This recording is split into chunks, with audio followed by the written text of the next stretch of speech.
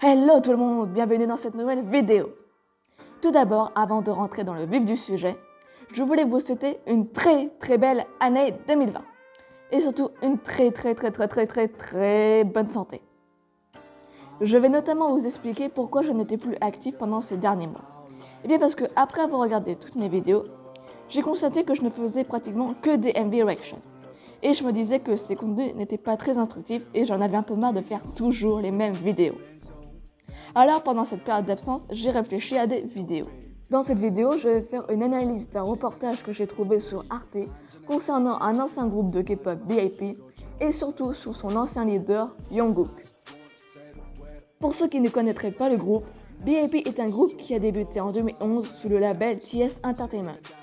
Il a été un groupe phare de la deuxième génération de K-pop à côté de SHINee, Big Bang, 21 ou encore Femina. Le groupe est aussi connu pour avoir porté plainte et amené en justice son label pour cause de travail abusif. Quasiment 7 et 8 ans de loyaux services, les BIP ont décidé de quitter leur agence les uns après les autres et suivre leur propre voie, chacun de leur côté. Voici certains extraits de leur musique.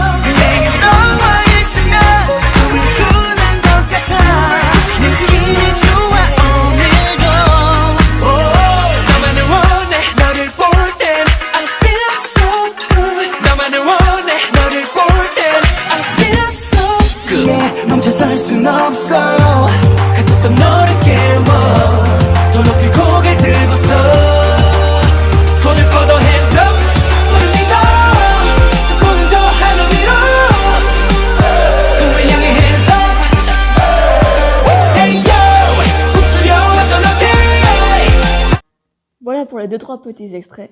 Maintenant, passons à l'analyse du reportage. C'est parti! En 2011, quand le Coréen Bang Jungkook signe un contrat de 7 ans avec son label, il ne sait pas où il met les pieds, mais il va vite s'en mordre les doigts. À 21 ans, le chanteur, compositeur et leader du boys band de K-pop Best Absolute Perfect, les meilleurs de la perfection absolue, est pressé comme un citron. Alors, déjà le documentaire commence très bien. Sauf pour une petite chose, l'expression « pressé comme un citron ».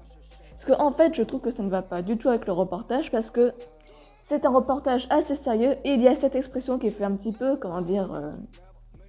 décalé, moins sérieux. Je pense qu'à la place, ils auraient pu employer un autre mot comme par exemple « subi une grande pression de la part de son label ». Je pense que c'est un terme qui serait peut-être plus adéquat par rapport au reportage. Qui empoche des millions quand lui touche 400 € par mois. Le groupe porte l'affaire en justice pour conditions de travail abusives et trouve un accord à l'amiable. C'est juste pour m'excuser parce qu'au début de la vidéo, quand je vous ai présenté le groupe BIP, je vous ai aussi notamment parlé du problème avec la TS Entertainment lié à leur problème de salaire.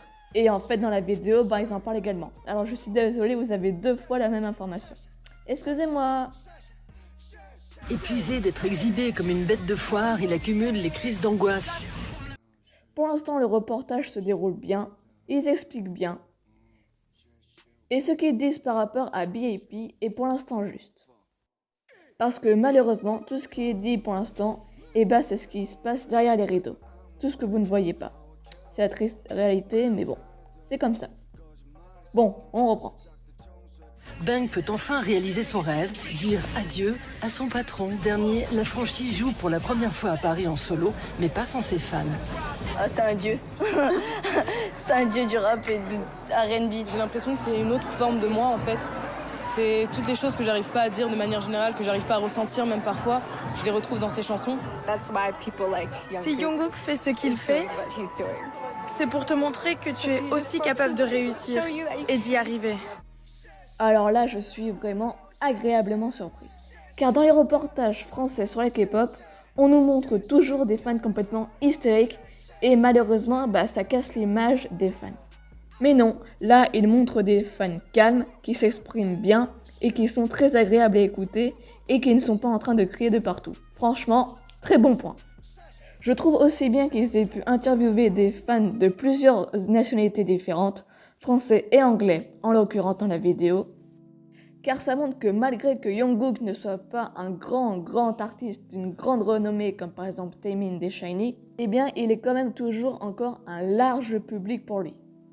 Ce qui montre qu'il est écouté encore de partout dans le monde et qu'il n'est pas oublié. À l'occasion de son concert au Glazart, elles étaient 250 à s'être offert des billets gold à 145 €. Là, je vois déjà encore plein de gens s'exclamer en disant « Oui, mais c'est super cher !»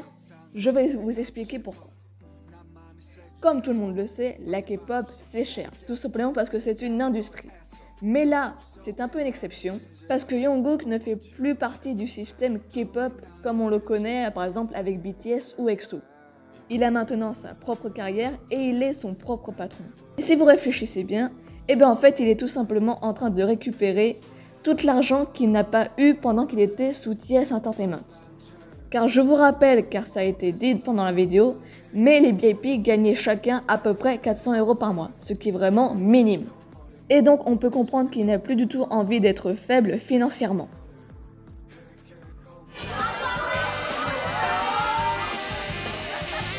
Pas de câlin, s'il vous plaît. Désolé, pas de câlin. S'il vous plaît, respectez la...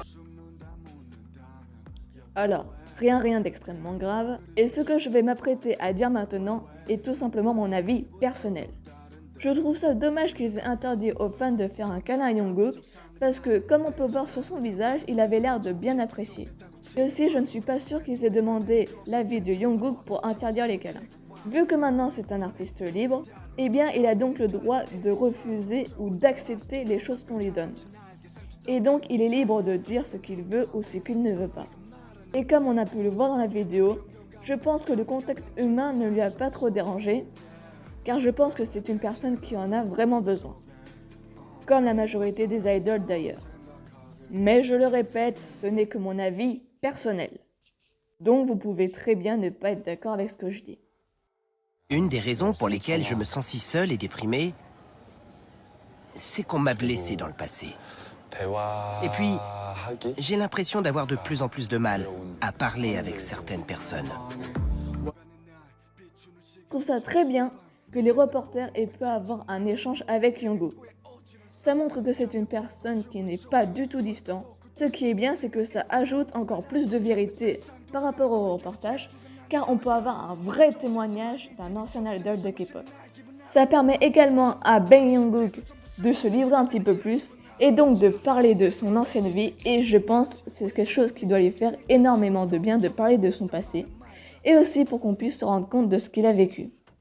Et ça nous montre notamment la véritable personne qu'est Jungkook. En janvier dernier, le rappeur sort le morceau Ikikomori, un terme désignant ces Japonais qui restent cloîtrés dans leur chambre, tétanisés par le monde extérieur. Ce qui est très bien avec ce reportage, que les journalistes prennent le temps d'expliquer tout. Les choses qui ne sont pas vraiment habituelles, que l'on ne connaît pas vraiment. Ça permet aux téléspectateurs de ne pas trop se poser de questions après avoir visionné le reportage. Et je trouve donc que ça apporte encore plus de sérieux envers le documentaire. Je suis peut-être le seul humain à ressentir ça. Mais j'ai l'impression qu'en fixant les yeux d'un animal, on arrive à communiquer ensemble et à se dire tout ce qu'on veut mutuellement. J'ai un chien chez moi. Et dans les moments difficiles, il m'a toujours été d'un grand soutien. Là, je n'ai pas grand-chose à dire, hormis que l'on peut voir sa vision du monde, ainsi que sa manière de penser. Né en 90, Bang est élevé par ses grands-parents dans la province d'Incheon, la rivière Sage en coréen, aux portes de Séoul. Préférant rapper plutôt que d'aller à l'université, le chanteur se fait remarquer alors qu'il est stagiaire et devient idol à 21 ans. Ce passage-là est également très bien et intéressant, parce que l'on apprend encore plus de choses par rapport à Jungkook et que le reportage casse le stéréotype du coréen toujours brillant qui réussit toujours ce qu'il entreprend et qui est toujours obnubilé et concentré par ses devoirs et ses études. Qu'il s'est parlé un petit peu plus de l'enfance de Jungkook montre que tous les Coréens ne sont pas aussi studieux que l'on nous montre très souvent. Les BAP jouent alors la carte du bad boy sexy. Surnommé les One Direction coréens, le Alors là, ce passage m'a bien fait rigoler. Tout simplement parce que, en étant une fan de BAP, je n'ai jamais entendu une seule fois les BAP surnommés les One Direction coréens. Tout simplement parce qu'ils n'ont rien en commun, hormis que ce sont tous les deux des boys bands. Et donc je ne vois pas pourquoi on les compare à des artistes américains alors qu'ils ne sont pas coréens. Et ce n'est pas la première fois que des reporters comparent les boys bands de K-pop aux One Direction. Ça a été notamment le cas avec BTS. Et je trouve ça vraiment dommage car on retrouve dans la majorité des reportages toujours la même comparaison entre la K-pop et les One Direction.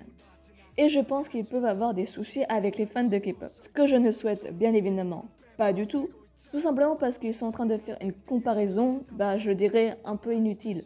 Donc ça rajoute un petit point négatif au reportage. Mais bon, on va continuer, on verra bien après. En pleine procédure judiciaire avec son label, Jungkook n'en peut plus de ronger son frein et sort ce clip en solo.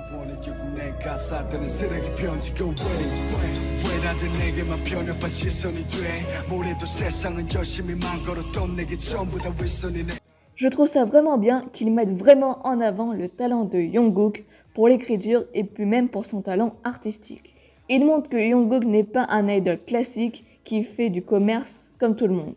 Et donc le reportage montre que Jungkook a une très forte mentalité car les idoles ont une très grande difficulté à pouvoir parler de ce qu'ils veulent.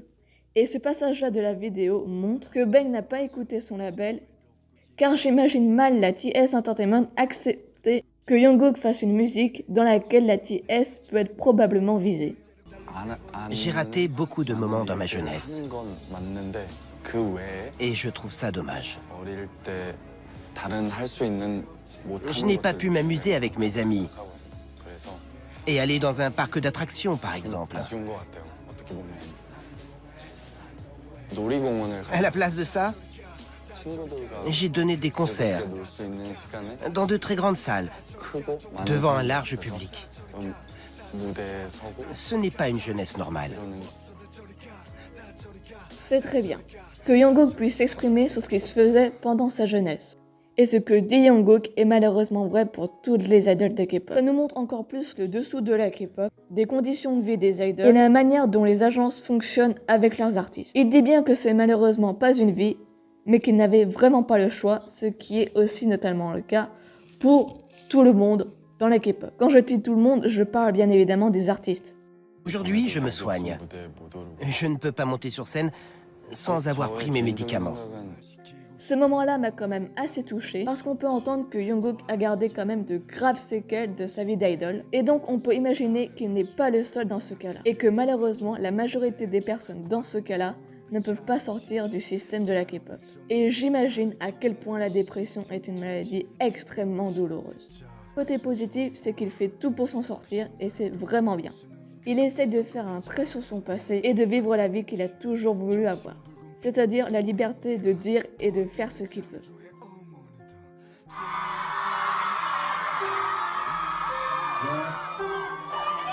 Ce tout petit extrait encore plus sincère la vidéo, car il montre que Jungkook ne dit pas des bêtises et est réellement sincère. Et rajoute encore plus de poids sur les arguments de Jungkook.